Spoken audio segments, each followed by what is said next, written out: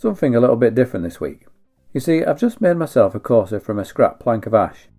At first glance it looks pretty good, but on filming the process of me making it I realised how clueless I actually was on the lathe, and I didn't feel that what I was doing was safe at all.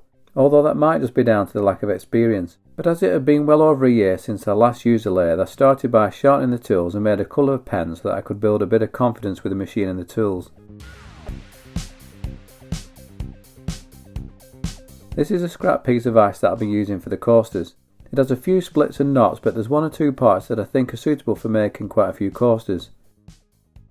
So I marked off a few of the circles with a compass, which is good because it also shows me the centre point, which is useful for attaching the mounting plate central. And so far everything was going well. But then I started running into a few issues. With no hand saws, it was blunt from cutting the cement board from my workshop build, and no access to my other workshop tools as I'm currently filming the second part of the workshop tour. I decided to use a scroll saw to cut the ash circles. The problem was, with the ash being quite long and my workshop being quite small, it was catching on the walls and on the machine, so I wasn't able to cut it as I'd planned. After some messing around, I eventually found a suitable position for it to cut, but not before snapping a blade from being too heavy-handed.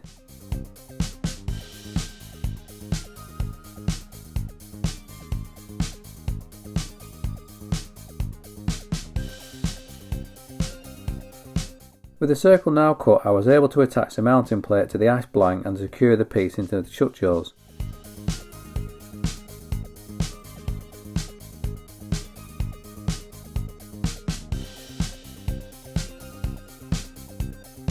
My plan was to clean up one side and create a dovetail on the coaster so that I could flip it round and secure it on my dovetail jaws and begin to turn the coaster. Ideally I should have used a ruler to measure the size I needed for the dovetails, but my ruler's 1 metre long, so it was a lack of room once again causing me issues with the tools that I've got. Perhaps I just need to invest in a smaller ruler. But in the end I just set the compass to the correct size and I scribed it to the blank. I think I also need to invest in some pencils, as a pen isn't the best thing to write on the wood. So with the tool rest in place, it was time to make the dovetail. This is when I realised I've actually no idea what I'm doing, and from here it was purely guesswork. At this point I was going to stop recording, as I don't want this to be seen as a how-to video, as it's certainly not. But then I thought, what if I carried on filming everything, upload the video, then ask a few questions whilst I'm turning? And with any luck, if I can get some answers from the maker community, then with all the new knowledge that I've gained, I can create a second video showing the correct methods and see how different the end result turns out. Can I ask, if you have any answers to any of the questions that I've got, please let me know in the comment section, by PM, by email, or any of the forums that I post a video onto. Every little bit of advice will be helpful, and probably not just to myself but to others too. In normal circumstances I'd probably just seek out a woodturning club, but in the current climate that's not possible, so hopefully this way will work.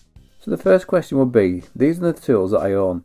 Is there a specific tool here to create the dovetails that I need to turn? And if not, is there a specific tool that I can buy? And if there is a dedicated tool, do they come in different angles to suit the jaws of the angles, or is that up to me to create the angles with the tool that I'm using? And also with the dovetails, how deep should I be going with the cut? You can see here that I'm not sure what I'm doing, so my plan was just to use a parting tool to create a channel, remove material from the middle, then angle the parting tool to match the dovetail jaw angles. My next question would be, is this the correct tool and method to remove the material? I've seen scrapers used, but I don't want to use scrapers and I want to try and stick to the gouges. It was removing the material fairly well, but I should note that the lathe was only doing around 800 revs per minute. I know that's really slow, but if I'm honest, any faster and it freaks me out. Also, I found that as the tool was getting towards the channel I'd made with the parting tool I created, there was a chance of it catching the side, so something wasn't quite right.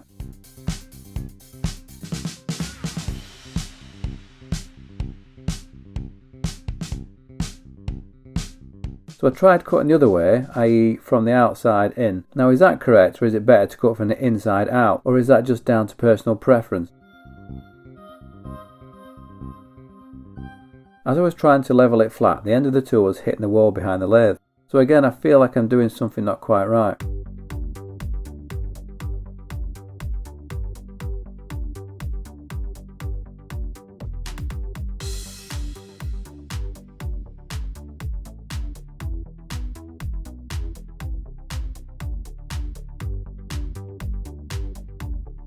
To remove the lip that was left, I used a wider parting tool and tried flattening the surface by running it side to side very carefully. Whilst this idea did seem to work, I just have a feeling there's a better way of doing this.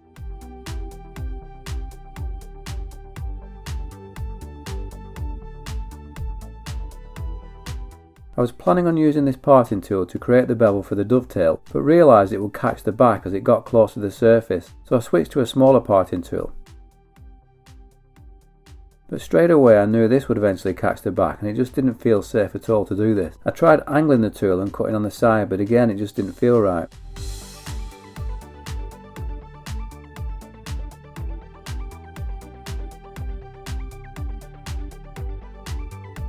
But I did manage to get deep enough to convince myself that it would do the job safely.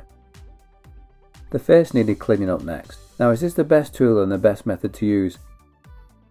I also used the same tool to clean up the edge of the coaster. This was a bit of a bumpy ride, but it did seem to work. But I wasn't sure if I'm supposed to go from back to front or front to back, or even if this is the best or the safest method.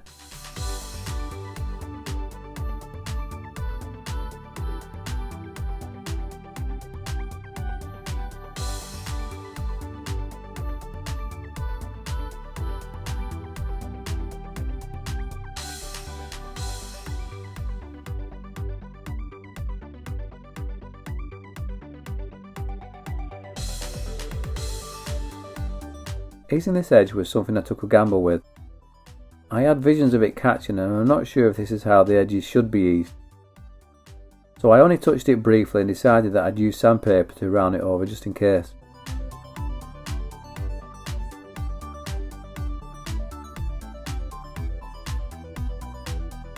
With the dovetail now finished, I flipped the piece around and secured it onto the jaws and removed the mounting plate.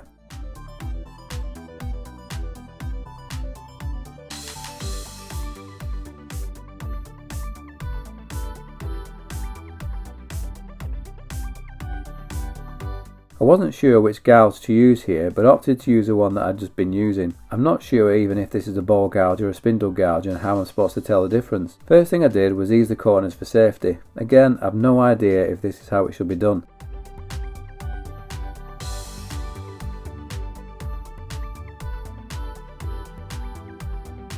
I then used my small parting tool to create the lip for the coaster, and once again I removed the material using the same methods as I did before. But I also ran into the same issues of not being able to get right in to remove the material near the lip, so as before I had to use the bigger parting tool.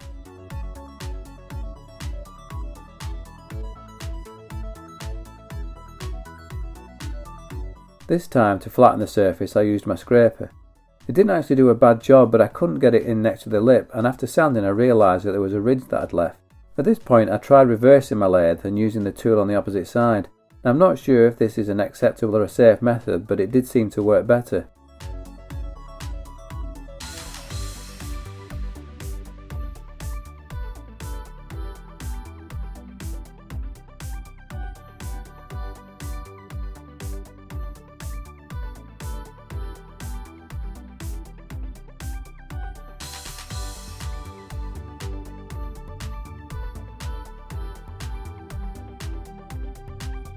At this point the coaster was pretty much finished, but I thought it looked a bit plain, so I decided to cut a few channels with the parting tool and add some Milliput.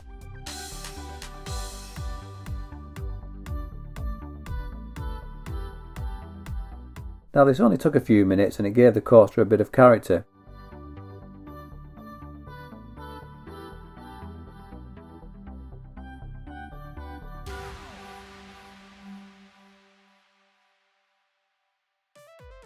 So how did it look? Well, after a bit of sanding and some Danish oil, here it is. It actually looks quite good considering. But I'm not convinced that I made it with the best methods and techniques, and at times I felt some techniques just weren't that safe. The lathe is something I'd really like to master, and I've watched tons of videos, but it's only when you actually pick up the tools and have a go that it all starts to make sense. Or perhaps not, as in my case. So can I ask, if you can offer any advice or links for me to have a look at, then please let me know. I'd like to make a few of these coasters as it's been a great way to use up small off-course, but I don't want to start picking up bad habits and need to learn how to do it properly. I'll hopefully be posting the video on lots of different forums and hopefully I'll get lots of different answers, as I'm guessing there's going to be many different ways to do it.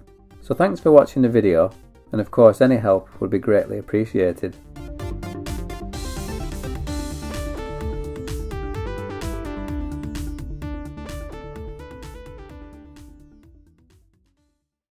Prior to making the videos on YouTube, I worked as a firefighter for nearly 20 years, serving my community and helping to save lives and promote the fire safety message.